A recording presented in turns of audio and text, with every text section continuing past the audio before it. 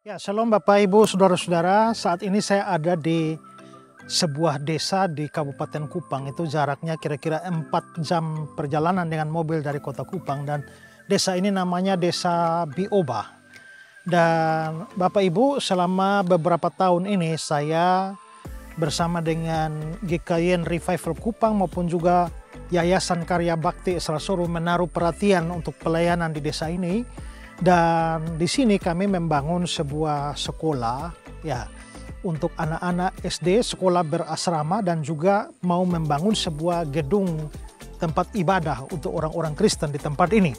Dan saudara, kalau saudara melihat di belakang ini adalah gedung sekolah yang kami sudah selesai membangun dengan 6 ruangan dan masih dipergunakan untuk murid-murid dari kelas 1 sampai kelas 4, sementara 2 ruangannya dipakai untuk menjadi asrama buat anak-anak. Jadi di sekolah berasrama untuk anak-anak yang dilayani oleh Bapak dan Ibu Daniel yang sangat berpengalaman di dalam pelayanan berasrama.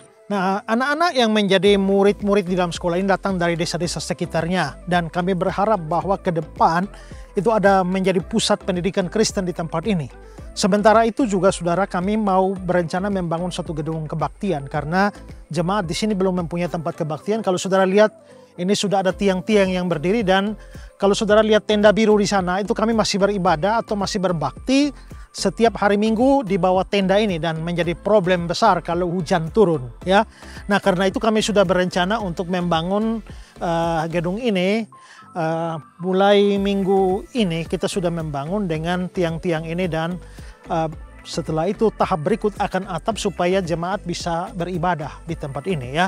Nah, ini kami dari Kupang bersama-sama dengan jemaat di tempat ini, dan pembangunan segera kami percepat karena dalam cuaca hujan semacam ini kasihan kalau jemaat berbakti lalu harus kehujanan. Nah, karena itulah saudara-saudara, saya Pendeta Esrasoro, saya meminta dukungan saudara-saudara semua, dukungan doa, dan kalau Tuhan menggerakkan saudara untuk ambil bagian di dalam pembangunan gedung kebaktian ini, saudara bisa menyalurkan dana bantuan saudara untuk pelayanan atau pembangunan gereja gedung kebaktian di Desa Bioba ini. Di layar saudara ini ada nomor rekening dari Yayasan Karya Bakti Esrasoro.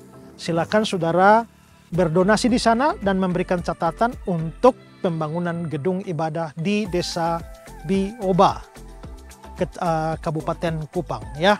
Nah, karena itu mari saya sekali lagi memberikan kesempatan buat kita ya. Mungkin kita punya banyak hal untuk kita dukung dalam pelayanan, tetapi kalau Tuhan memang menggerakkan saudara, mari ambil bagian bersama-sama dengan saya, GKY Revival Kupang, dan Yayasan Karya Bakti Esrasoro. Biarlah jemaat Tuhan di sini boleh mendapatkan tempat yang baik untuk beribadah dan melayani. Tuhan memberkati saudara sekalian.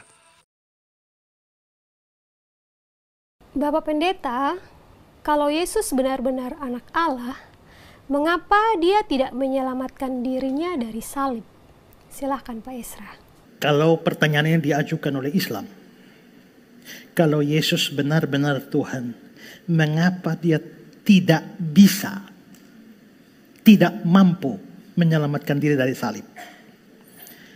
Nah, jawab pendeknya begini, bukan karena dia tidak mampu, tapi dia tidak mau. Kalau dia mau, tentu bisa. Ada beberapa indikasi di Alkitab bahwa kalau Yesus mau menyelamatkan diri dari salib, bisa. Pada waktu dia di Getsemani, orang-orang datang bersama Yudas mau tangkap dia. Lalu terjadilah sebuah peristiwa mujizat. Apa itu? Yohanes 18. Maka Yesus yang tahu semua akan menimpa dirinya maju ke depan dan berkata pada mereka, siapa yang kamu cari? Jawab mereka, Yesus dari Nazaret. Katanya kepada mereka, akulah dia. Bahasa Yunani, ego eimi. Akulah dia. Ketika dia berkata kepada mereka, ego eimi, mundurlah mereka dan jatuh ke tanah. Saudara bayangkan, Bapak Tuhan hanya kasih 2 kata. Ego eimi.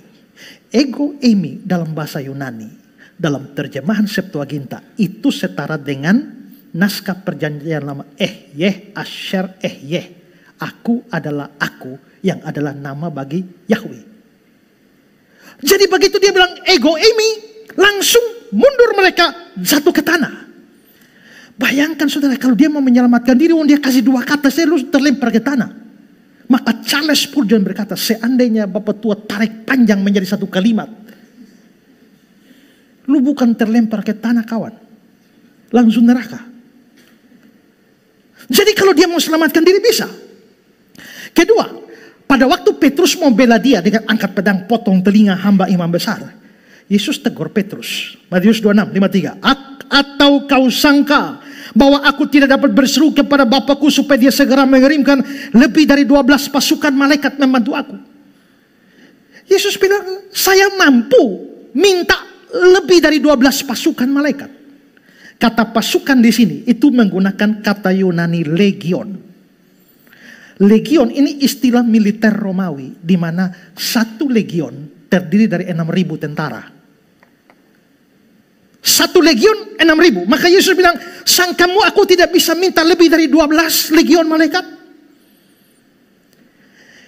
12 legion 72.000 malaikat. Tapi Yesus bisa datangkan lebih dari 72.000. Saudara, yang mau tangkap Yesus itu berapa banyak sih? Yang mau salib Yesus berapa banyak? Tak usah 72.000 malaikat, kasih 1 saja. Pernah ada malaikat membunuh orang dalam perjanjian lama. Bunuh musuh-musuh dari Asyur.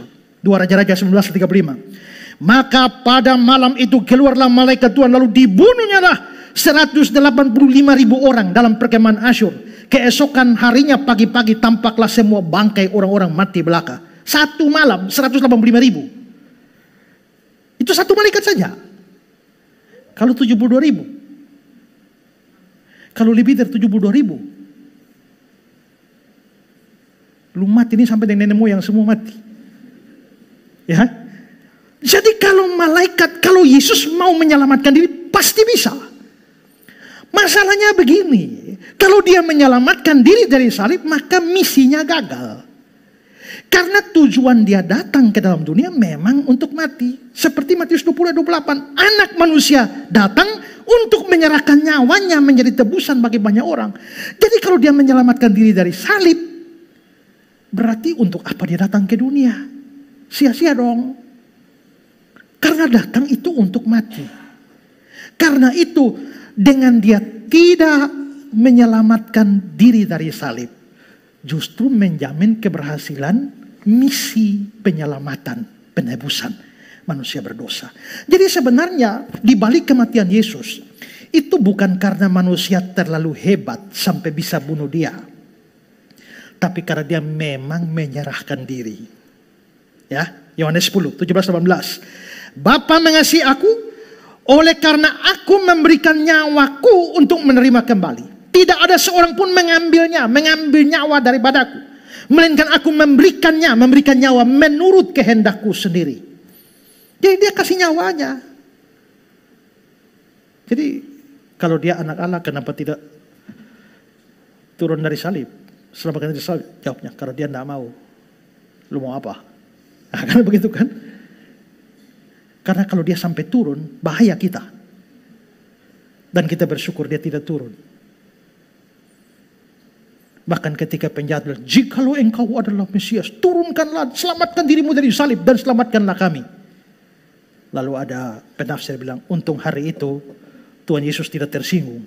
Ya, kalau dia sampai tersinggung dan dia turun dari salib, hari ini kita semua yang harus naik ke atas salib.